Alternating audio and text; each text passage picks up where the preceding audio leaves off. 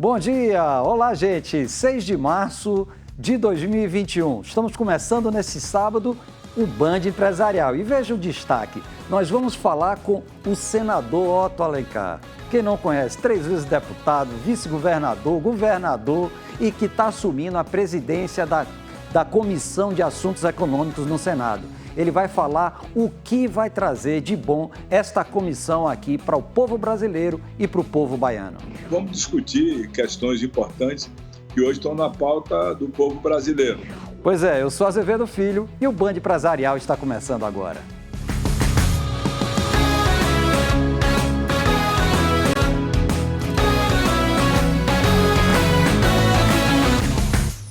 E o Band Empresarial hoje, num momento super especial, tendo a oportunidade de conversar com o senador da República, o senador Otto Alencar.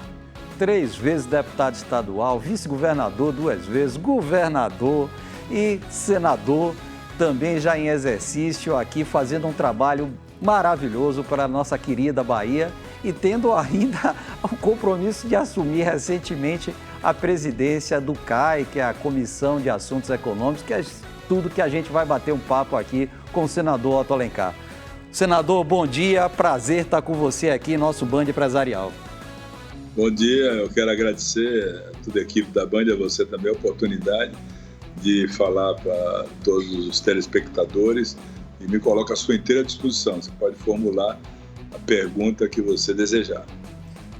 Senador, e aí nós estamos nos deparando com um desafio imenso, um desafio sanitário, as coisas se agravando, a gente pensou que estava livre, aí veio de novo com esse cenário extremamente preocupante e, evidentemente, mexendo diretamente com toda a economia, principalmente empresarial, prestação de serviço, etc. Como é que o Senado e o senhor está vendo isso? Como é que o Senado está se movimentando para poder ajudar essa economia brasileira e, evidentemente, o seu carinho pela Bahia? Olha, nós no Senado trabalhamos o ano passado intensamente para ajudar o Brasil e também aprovar projetos importantes para não deixar a economia cair tanto. Tivemos um recuo do PIB o ano passado, que foi substancial, mas o Senado e a Câmara, nós aprovamos projetos importantes. Um deles, o mais importante, eu considero assim, para a economia, foi aquela PEC que nós chamamos PEC da guerra, que deu condição ao Banco Central de comprar no mercado secundário debêntures de empresas e de empresas do agronegócio, recursos também para toda a aplicação na saúde, como aconteceu, um projeto importante que movimentou muito, deu muita liquidez às empresas o ano passado. Além disso, aprovamos um projeto nascido no Senado, que é o PRONAME, Projeto de Socorro a Pequenas e Microempresas, e isso resultou em que as empresas tivessem também recursos para movimentar as micro e pequenas empresas, né, de médio porte. Elas empregam hoje 80% de toda a mão de obra do país. Foi para a Câmara aprovado e o presidente Bolsonaro sancionou. Além disso, aprovamos também o projeto de socorro aos estados e municípios, 60 bilhões de reais em 4 parcelas. A Bahia, por exemplo, aqui recebeu 4 parcelas de 450 milhões de reais, que deu a condição ao governador de abrir esses hospitais de campanha e ter os investimentos necessários para socorrer a população acometida da Covid-19. Então, todos esses projetos nós aprovamos no Senado, muitos nasceram no Senado, a Câmara aprovou, e apesar de trabalhar no sistema remoto, eu acredito que em 2020 nós tivemos uma produção legislativa bem razoável. Todos os projetos que foram encaminhados, nós conseguimos aprovar. Na verdade, todo o mundo sofreu uma queda do seu produto interno bruto. O Brasil também não tinha como não sofrer com o crescimento do comércio, das empresas, dificuldades que foram impostas. Mas o Estado brasileiro, estimulado pelo Senado e pela Câmara, terminou por liberar recursos. Recursos, inclusive, que era recurso que nós chamamos de recursos empossados. O ano passado, antes da pandemia, veja você, os bancos tinham em torno de 550 bilhões de reais de recursos empossados, guardados em depósito compulsório. O Banco Central, da mesma forma, tinha recursos dessa ordem. Então, os recursos foram levados a circular no mercado interno e, com isso, aqueceu a economia para não ter uma queda tão grande como aconteceu em outros países. A verdade é que a pandemia, o Covid-19, botou o mundo de joelhos e o Brasil também. É verdade. Ô, senador, e aí a gente vê com um pleito que sempre houve empresarial com relação ao BNDES, que havia sempre aquela ideia, né, de que o BNDES estava só destinando recurso para empresas maiores, ou seja, para poder formar grandes conglomerados. E aí se percebe que houve uma alteração disso, ou seja, o BNDES chegando mais próximo das pequenas e médias empresas, não? Olha, você faz um questionamento muito correto, porque tira-se de vez agora essa consideração que era feita, de forma equivocada.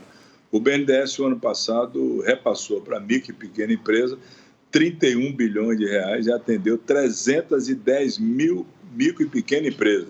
É um volume grande. Nossa. Mas o Brasil tem muito mais do que isso, que foi socorrido pelo PRONAMP, pelo Banco do Brasil, pela Caixa Econômica e pelos bancos privados também, que o governo repassou esse recurso.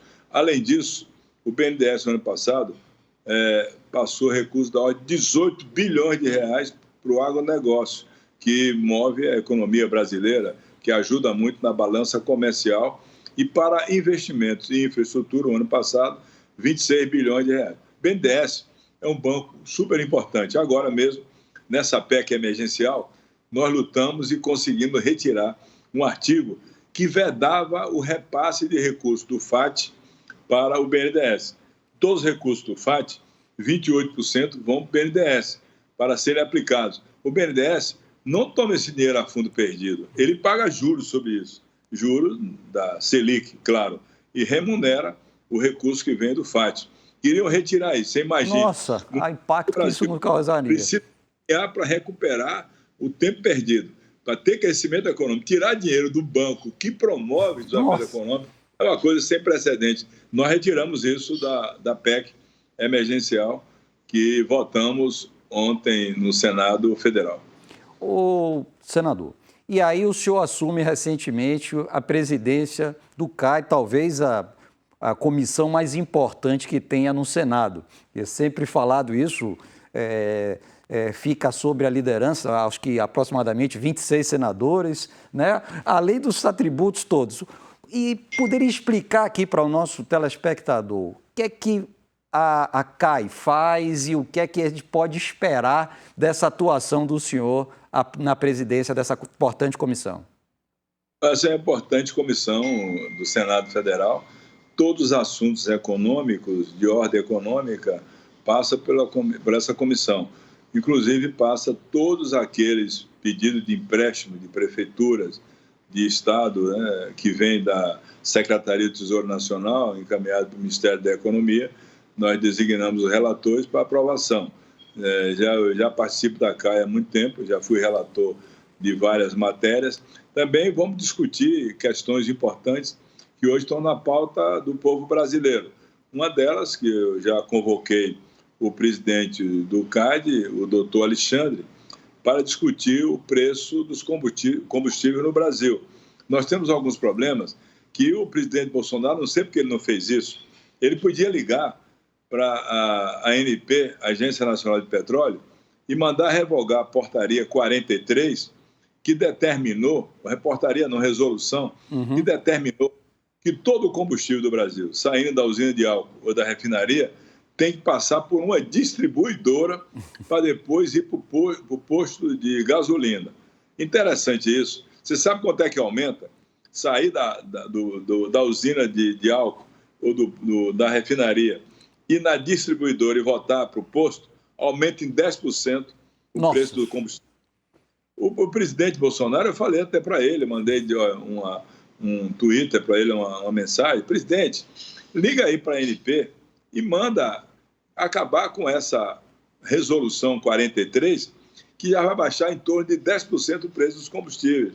Além disso, se ele quisesse fazer, podia ter feito também o cancelamento da CAD, que é aquela contribuição do domínio econômico, que já aconteceu, inclusive, lá atrás no governo da presidente Dilma, baixar os preços. Então, vamos discutir isso na Comissão de Assuntos Econômicos, com o presidente do CAD, para ver o que se pode fazer para entender que os combustíveis custam tanto na bomba, no posto de gasolina. É verdade. Você tem a gasolina sai da refinaria no Brasil no preço de R$ 2,00 e mais ou menos, R$ 2,05. E está vendida a quase R$ 6,00 hoje. Porque se acrescenta tantos impostos ao longo desse trajeto, porque passa na distribuidora, bota um valor em cima agregado, depois vem o imposto daqui, dali, PIS, COFINS, vem o ICMS e o consumidor paga. Como é que pode se vender o combustível no Brasil pelo preço do exterior? Parece que nós não produzimos combustível, a gasolina aqui. É verdade, isso é uma discussão eterna.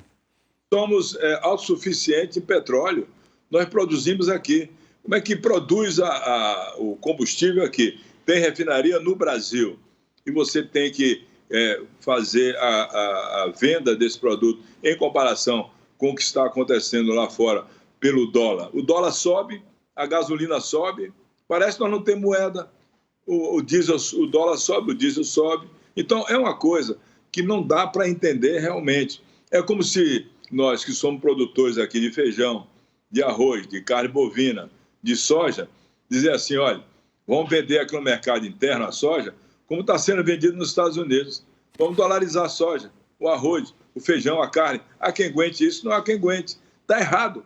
A Petrobras está errada, até equivocada em cobrar dessa maneira. Não tenho a menor dúvida disso. Agora, tem que entender como fazer.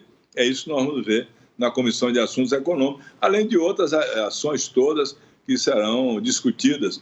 Passa tudo pela Comissão de Assuntos Econômicos. Passará a reforma tributária, a reforma administrativa, e nós vamos ter que debater e estudar. Nesse momento, estamos no sistema remoto, mas eu espero logo voltar para o presencial, até porque eu gosto de estar presente e trabalhar. Sem dúvida nenhuma.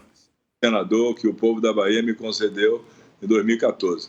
Senador, e aí o senhor, além de senador e tudo isso que a gente sabe que o senhor já faz, o senhor é médico, tem por formação a medicina. E aí como é que está vendo esse enfrentamento desta pandemia que está se deparando do ponto de vista sanitário?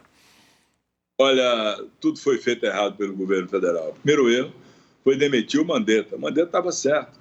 Ele estabeleceu o protocolo, distanciamento, máscara, uso do álcool, fazer logo o convênio de cooperação técnica com os laboratórios tipo Pfizer, Johnson, AstraZeneca, Moderna, Oxford, todos esses ele queria lá atrás já fazer esse convênio de cooperação técnica. Como o Dória fez. O que é que o Dória fez? Fez esse convênio de cooperação técnica com o Sinovac, laboratório chinês, passou o dinheiro ano passado e recebeu vacina primeiro.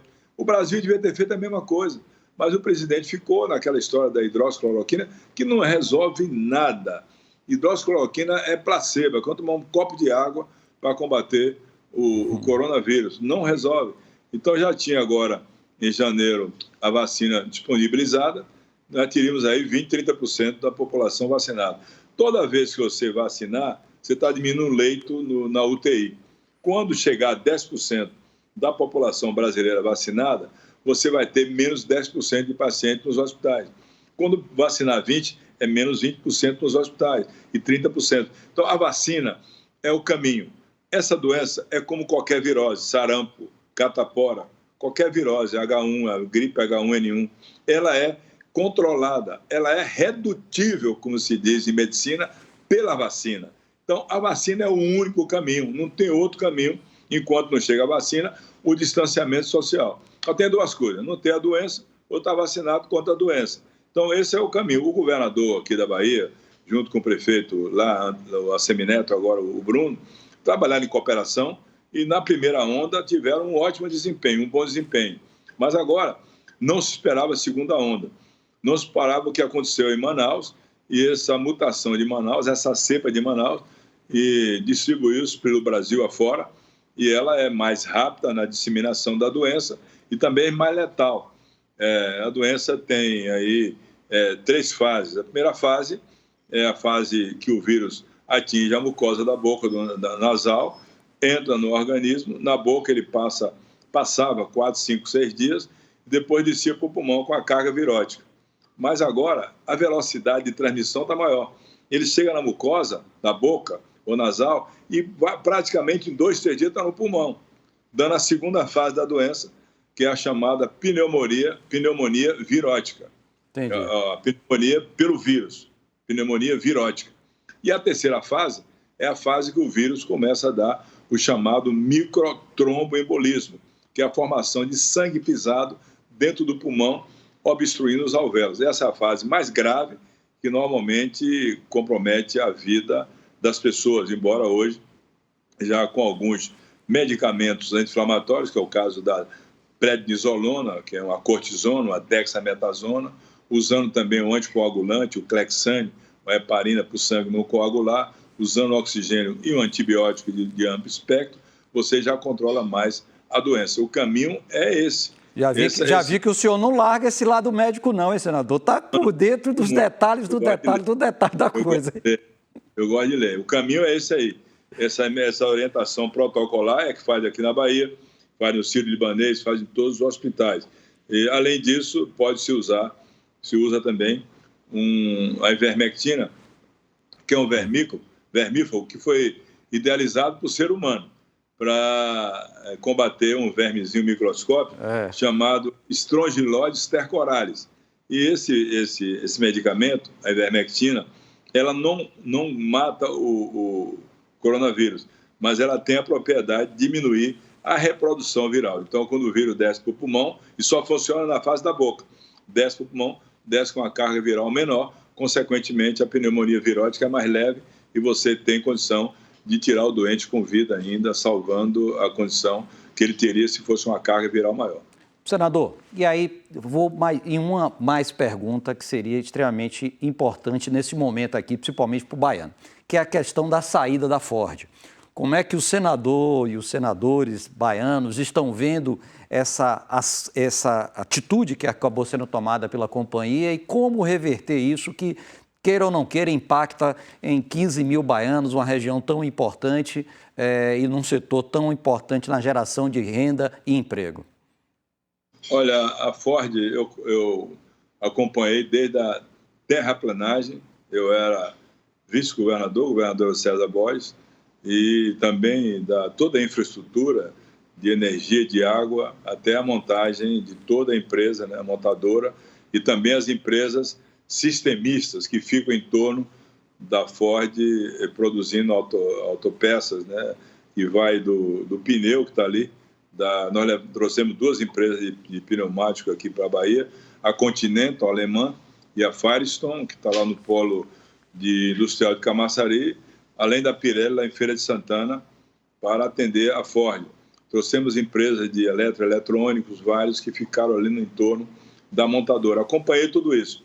Em 2002, governador da Bahia, eu fiz o primeiro teste dos carros da Ford, o EcoSport, lá em Porto Seguro, estrada de barro, estrada vicinal. Acompanhei e vi nascer a Ford. E foi muito doloroso para mim ver a Ford sair sem dar nenhuma satisfação pessoal ao governador, a nós, os senadores e os deputados. Eu nem aceitei receber o telefone do presidente da Ford, o Gottfried, um homem que trabalhou comigo o tempo todo, que ficou no meu gabinete no Senado. Nós aprovamos no Senado, eu aprovei com muita dificuldade a convalidação dos incentivos fiscais.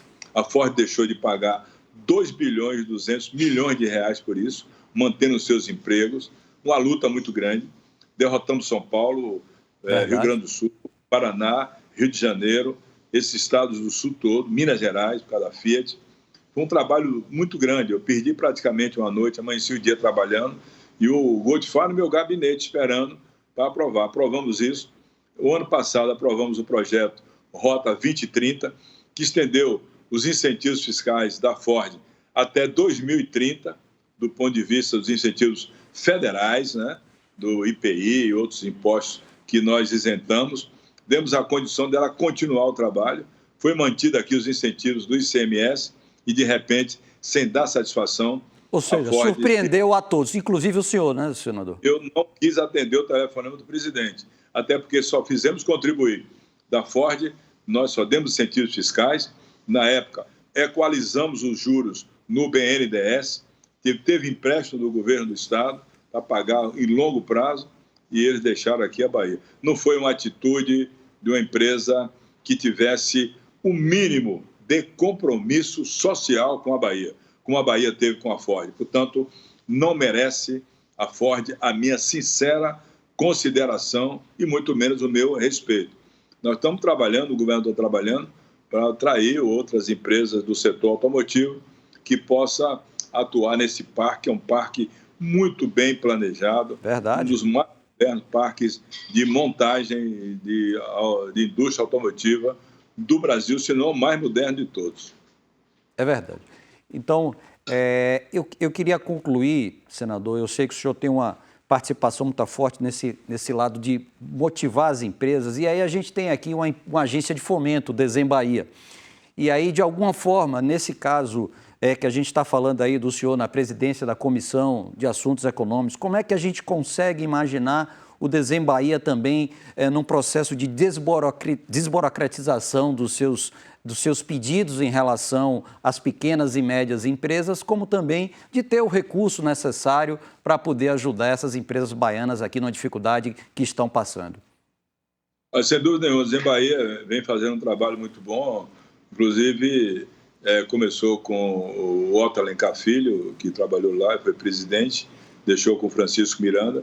Eu já vou conversar com o Francisco, já dei um toque nele, para que nós possamos juntos elaborar alguma ação que possa favorecer as condições que o Desembahia possa ter recursos disponíveis para fomentar a pequena e a microempresa, que é uma coisa fundamental para o Brasil. É quem mais emprega e quem também mais movimenta a economia. O mercado interno é movimentado aqui muito pela micro e pequena empresa.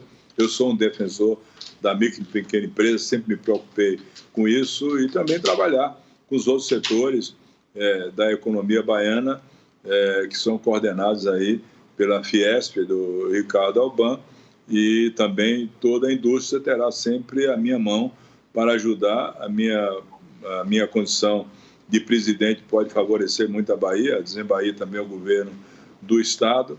Eu sou muito acessível para conversar, para discutir os temas, não vai ter nenhuma dificuldade nesse sentido, absolutamente. Portanto, o doutor Francisco Miranda e os diretores vão ter o meu apoio total para discutir recursos que possam ser viabilizados para financiamento da micro e pequena empresa e fazer a economia girar no nosso estado da Bahia. A Bahia é minha prioridade, tenho a certeza absoluta disso. Tenho trabalhado nesse sentido, ajudado muito aqui o governo do estado, inclusive colocando as nossas emendas de bancada para a saúde, para outras atividades. Tenho ajudado o governador tem procurado e faz a aplicação correta dos recursos, tem tido um comprometimento muito grande com todos os setores da economia, e nós vamos nessa direção.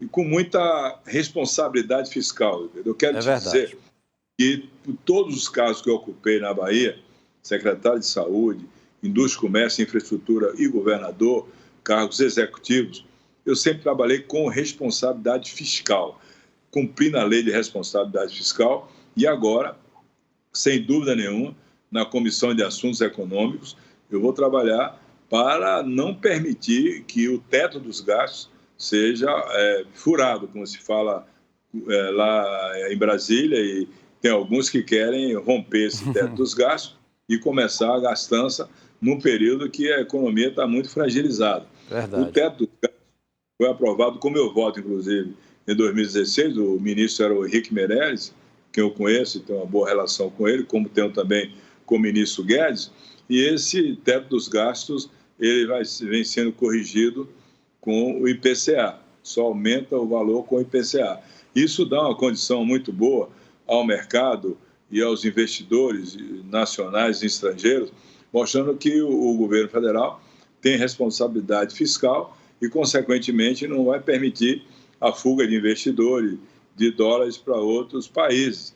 Vai ter que saber que o país está com responsabilidade e gastando exatamente aquilo no custeio operacional da máquina, na previdência, nas ações todas, que são despesas obrigatórias, aquilo que está pré-estatuído na PEC do teto dos gastos. Isso aí tem que ser mantido e na Comissão de Assuntos Econômicos eu vou trabalhar com essa responsabilidade para não permitir que isso venha a desandar e nós tenhamos aí uma condição de fragilidade, de confiança e de insegurança jurídica que pode levar a um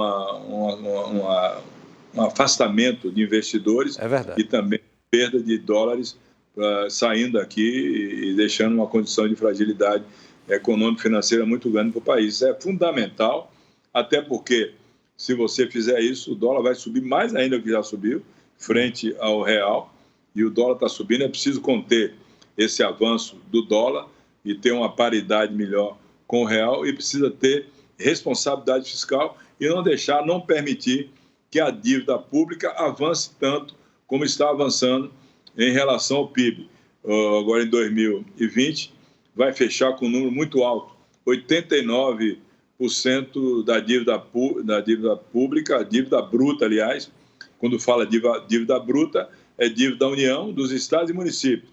Está em 89% do PIB. Senador, eu só tenho a agradecer essa participação tão especial em nosso Band Empresarial. Uma honra estar falando com o senhor, numa fluidez muito grande, sabedor de todos os assuntos que interferem aqui. E eu queria que você fizesse suas considerações finais, mandando uma mensagem para nosso povo baiano, tendo a certeza que o senhor vai estar trabalhando fortemente para poder trazer o que de melhor para essa Bahia que o senhor tanto gosta.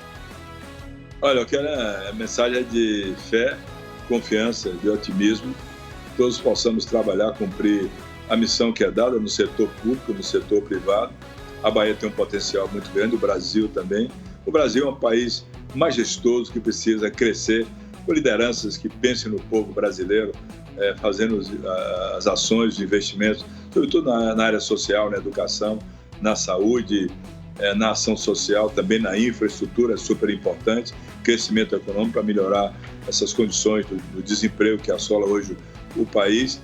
E também me permita que eu possa mandar um agradecimento de coração a todos os profissionais de saúde que estão hoje nos hospitais, salvando vidas, trabalhando, correndo risco, inclusive, de contrair a doença em todos os hospitais públicos e privados. São verdadeiros heróis que se dedicam a recuperar a saúde das pessoas numa crise sanitária, numa doença muito grave que tem ceifado muitas vidas, e esses profissionais merece todo o nosso respeito, a nossa gratidão, nosso reconhecimento pelo trabalho que eles têm feito. E posso finalizar dizendo a você que não haverá recuperação econômica sem ter um povo brasileiro imunizado. Como lhe falei, a cada número de pessoas imunizadas, também vai cair muito o número de pessoas hospitalizadas. Então, nós não queremos de jeito nenhum que o Brasil seja a grande Manaus.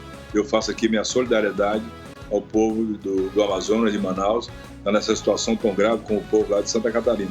Nós não queremos transformar o Brasil num grande Manaus. E não vamos, que o país se erguer disso e vencer esse problema todo. Portanto, eu te agradeço, foi muito bom falar com você, com todos os telespectadores nessa manhã de sábado, e mandar um abraço a todo o povo baiano, o povo brasileiro, e colocar sempre à disposição. Eu tenho a missão de cumprir o meu mandato e vou cumprir sintonizado com os interesses do povo da Bahia e do Brasil. Muito obrigado.